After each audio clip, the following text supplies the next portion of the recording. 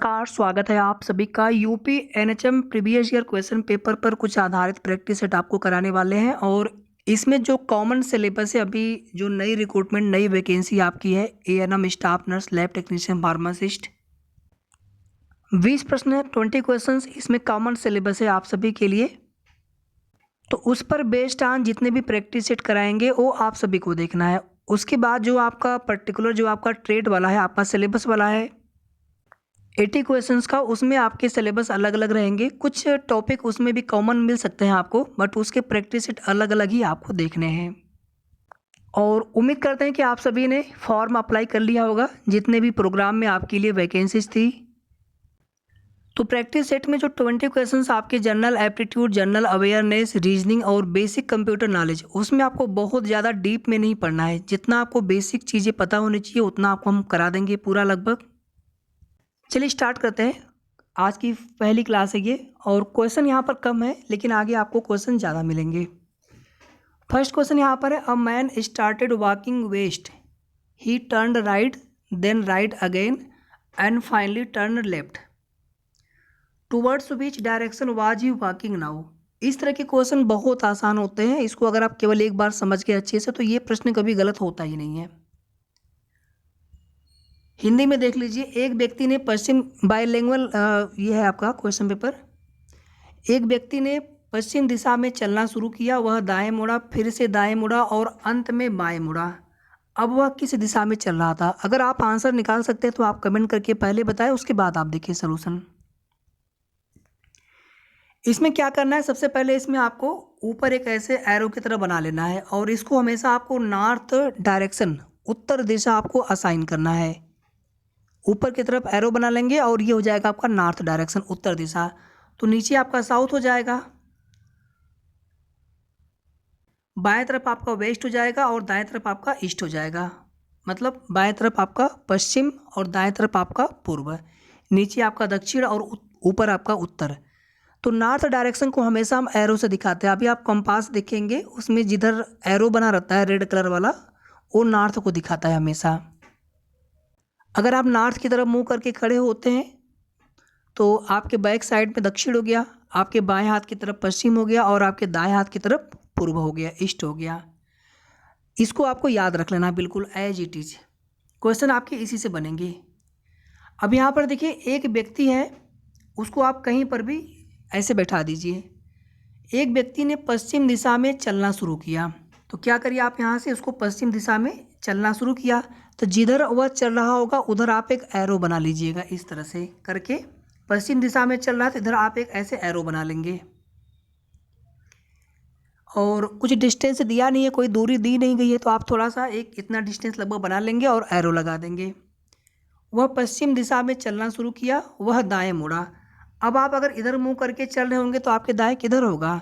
Obvious सी बात है, इधर दाएं होगा उसके। ठीक है, आप जिधर भी चलेंगे आपके दाहिने हाथ की तरफ दायां हो जाएगा। तो अब यहाँ से वह दाएं की तरफ मुड़ता है। पहले पश्चिम की तरफ चला, फिर यहाँ से दाएं की तरफ मुड़ा। कुछ दूरी दिया नहीं गया तो आप अनुमान से इतनी दूरी आप ऐसे कर लीजिए। फिर इसे दाएं मुड़ा, अभी उसका मुंह किधर है? इस तरफ है। आप एरो बना देंगे जिधर की तरफ वो जा रहा होगा। अब यहाँ से वह वापस दाएं की तरफ मुड़ा है तो आप यहाँ से वापस उसको दाएं की तरफ मोड़ दीजिए। ये दायां हो जाएगा, इधर बायां हो जाएगा, तो आपको दाएं की तरफ मोड़ना है। अंत में बाएं मुड़ा। अब देखिए वो इस डायरेक्शन की तरफ चल रहा था वो अभी, तो यहाँ से बाएं किधर हो जाएगा? इधर हो जाएगा बाएं। तो आप इधर बाएं की तरफ ऐसे बनाइए एक लाइन और ऊपर ऐसे एरो लगा दीजिए। उसका मुंह किधर जा रहा है, किस दिशा में जा रहा है, वो दिखाता है एरो। अंत में वह बाएं मुड़ा। अब आपसे यहाँ पर पूछा गया है, अब वह किस दिशा में चल रहा था? इनिशियली वह कहाँ पर था? यहाँ पर था। ठीक है, इनिशियली पॉइंट यहाँ पर था। पहले वह यहाँ से पश्चिम दिशा में चला, फिर दाएं मुड़ा, फिर दाएं मुड़ा, फिर बाएं मुड़ा।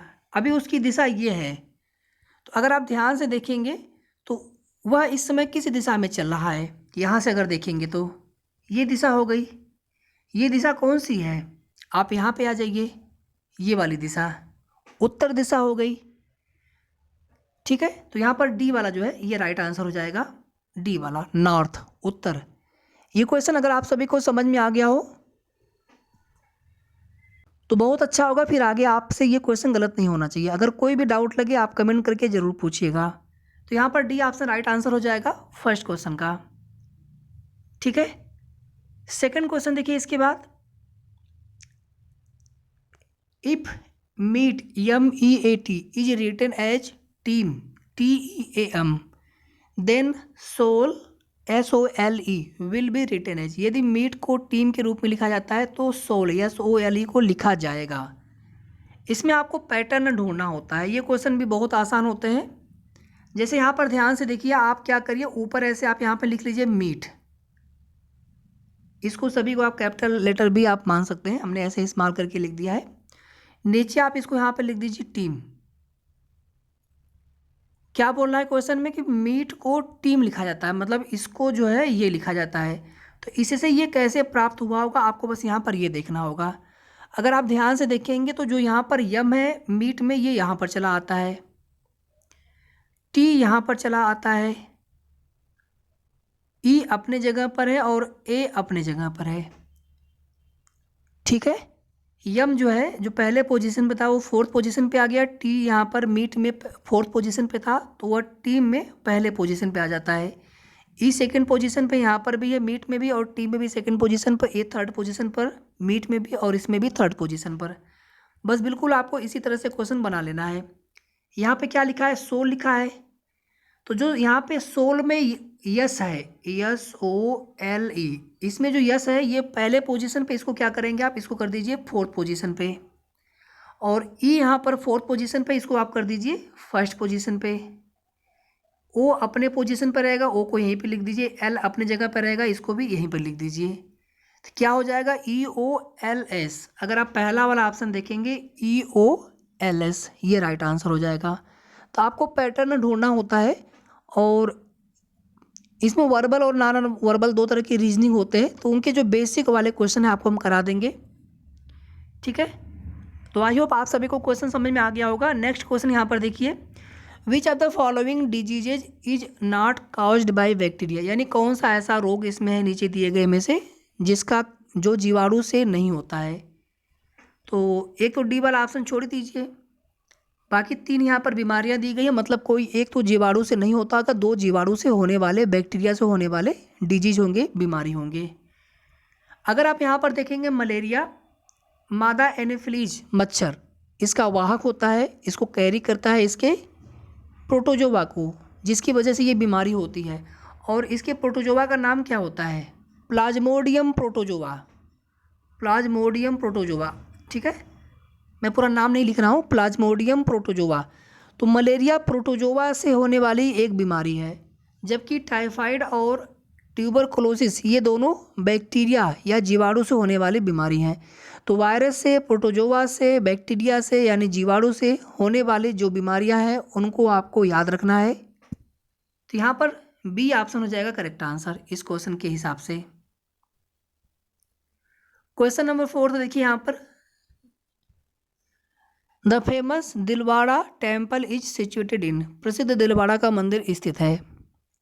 यहाँ पर आपको हम कुछ और भी इसी क्वेश्चन के साथ कुछ और भी क्वेश्चन कराएंगे, पूरा आप ध्यान से सुनिएगा इसको।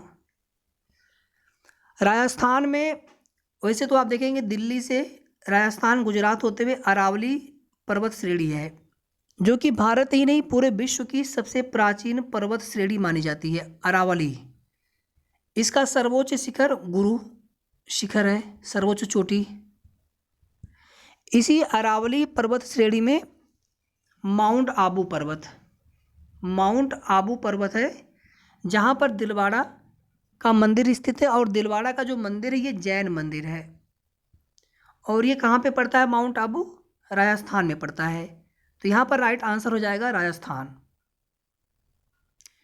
अब यहाँ पर देखिए कुछ और भी प्रसिद्ध मंदिर है, जैसे देवगढ़ का दशावतार मंदिर उत्तर प्रदेश में स्थित है, खजुराहो का मंदिर मध्य प्रदेश में स्थित है, अजंता एलोरा की गुफाएं महाराष्ट्र में स्थित है, कैलाश मंदिर महाराष्ट्र में, कोणार्क का सूर्य मंदिर उड़ीसा में स्थित है, लिंगनाथ मंदिर उड़ीसा में स्थित है। इसी तरह से और भी कुछ आपको याद रखना है।